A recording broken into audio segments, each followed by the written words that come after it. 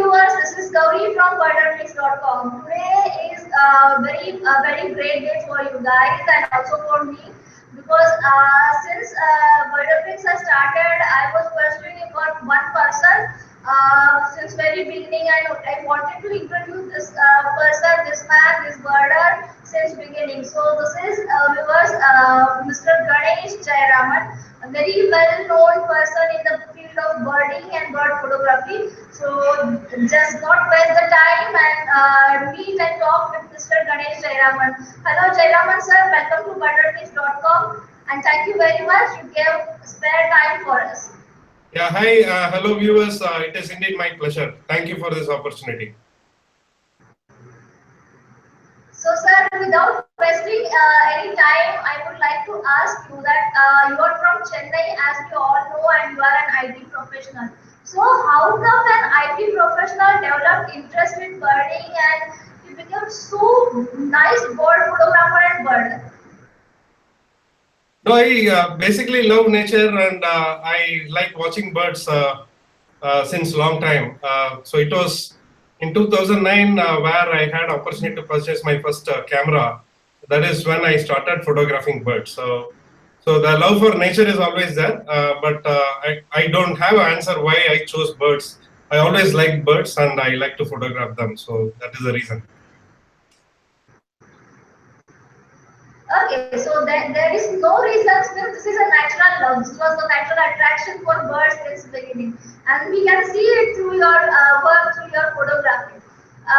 Since you said that you started bird photography since 2009, what was the incidents that took you towards the birds and bird photography in 2009? In 2009, I was residing in the Pacific coast of California. So as I said, no, I had a camera at the time. So and then instead of watching birds, I thought I'll go and photograph them. So that is how it started. And I am more of a photographer than a bird watcher. So I want to preserve my memories so I can go look back whenever I can. So I strongly inclined to photograph as many as birds as possible in the wild, and I try to save them, so that I can go look back whenever I need. So that is what I'm doing till today. So please tell us few things about your birding journey because you have got such a long journey since 2009 and definitely the photo says it is very colorful journey. So please if you don't mind, please share few experiences of your birding journey with us. Yeah, sure. So I told you already I started this in Pacific Coast. So I have been to quite a few locations in the US. And then I moved to India in 2010. So it's been 6-7 years since I started birding in India. It is not very easy like we have it in the States. So where all the information is available readily on the web. The national parks are easily reachable and accessible. And you have paved trails wherever you go. In India, it is always a challenge. So one has to explore and keep exploring and keep learning new things. Even today, I learn new things from the field. So in India, it is always challenging. Some of my favorite places are in the Himalayas, so where I go to every year. So I just think that there is a lot to be explored in India, and I am thoroughly enjoying it. I don't get to travel as much as I wish to, but whenever I get time, I am trying to do take the travel and go explore and find the birds and shoot them. You are saying you don't get much time to travel, but your photo says that you have traveled a lot. But I think this is the hunger of true birder who always want to do more and always want to explore more and more places. You said special things about that you like Himalayas very much. Please tell us something about Himalaya and Himalayan birds because we are very amateur birders and like to hear some more things from you. As I heard that birds of Himalaya are very colorful. So, if there is any experience related to that birding, can you please share it with us? Yeah, so sure. The Himalayan birds are always colorful, and there cannot be anybody who won't love them. More than half the birds in India, I think more than half, yes, they are in the northeast and in the foothills of Himalayas and the Himalayan ranges. So my favorite place being Satal. Most of the people in north of India knows that place. And uphill of Satal, if you go further up, Chota, Tunganath area. So that is my favorite place so far. So where I go every year, and every time I go, there are always new learnings and new surprises. So one can go to Satal, Chota area, and definitely if it is a first or second trip, it will turn out to be a really productive trip. And there are a lot there to explore, and there are a lot of birds out there, so you will not be disappointed at all. It was very amazing. Sometimes I get amazed that like you to say that every time I get to learn something more and something new. So it means that birding has got infinite knowledge, and one must keep on learning and photographing and seeing birds, and this thing should continue. Ask you, you suggest our birders would you suggest them for birding and bird photography? Would you like to give some tips for that? Yeah, it's simple. So you have to be really passionate about nature for any nature-related hobby. So the basics are there. So you respect the nature. Nature has a lot of things in store for us to explore. So respect the nature and be within the boundary, safe boundary, and continue to enjoy the nature. So the rule is simple. That's it. Okay, sir. I will further like to ask you, are you active in the field of conservation, like nature conservation and bird conservation? No, I don't. I won't claim myself as a conservationist because I am not doing anything rather than documenting things that I come across, and without affecting without affecting nature.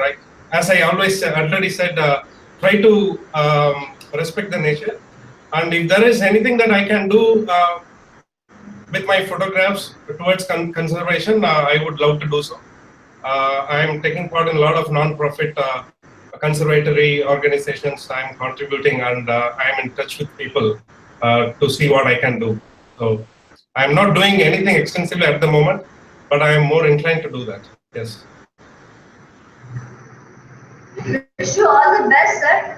As you interest in helping out in conservation work.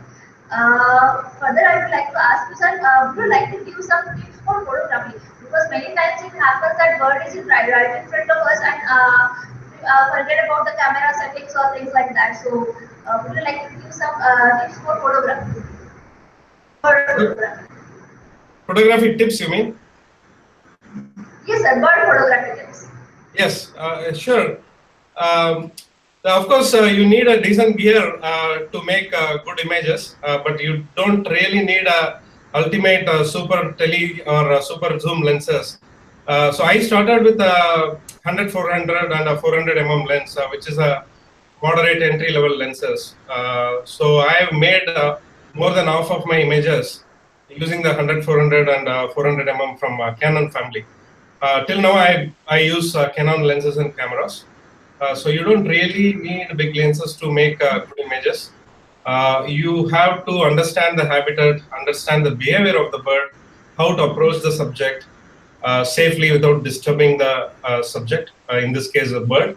And you can make really good images even with a 300 or a 400 So the gear do matters to make quality images, but that's not all about it. So learning your subject and the habitat is more important. Even if you have a 600 lens and you don't know what to expect, you will not be able to make good images. So you have that in mind. Do some homework. Try to understand the bird behavior. Try to understand the habitat and habit of the bird. And there are a lot of good field guides out there. So try to do some research on what to look where. And these are basic things I would put before going for expensive gear to make the images. Yeah. Actually, this is very important advice, because all of us are already we are thinking that no, I'll get this gear, I'll get that gear, because this always see if a murder is there or a private photography, he carries a big lens or something like that, and he gives a photo on the Facebook, and we all time think that yes, we'll have that lens. But as you said, it's very correct that one should basically understand the bird behavior, bird's habitat, and then if you have a good sense or good knowledge in bird and birding, then we can go for good photographs. Sir, I'm very thankful. Actually, I'm very happy at present, and I don't know what to say, because that's why I'm fumbling a lot. I would like to tell my viewers that I'm pursuing Mr. Jayraman since very long, and I was trying to get good photographs, and I was trying to study, but I'm talking with him is like my dream came true. So I'm very thankful to you, Mr. Jayraman. Thank you very much once again, and I wish you all the best for your future colorful, wonderful birding journey. And your journey will definitely will make us happy, because then we'll get to see a lot many colorful bird photographs. Because I'm very selfish, that's why I'm saying. So, wish you all the best, sir, and once again. Thank you very much for your kind words. I will continue to do this as long as I could. Thank you very much. Thanks for this opportunity again.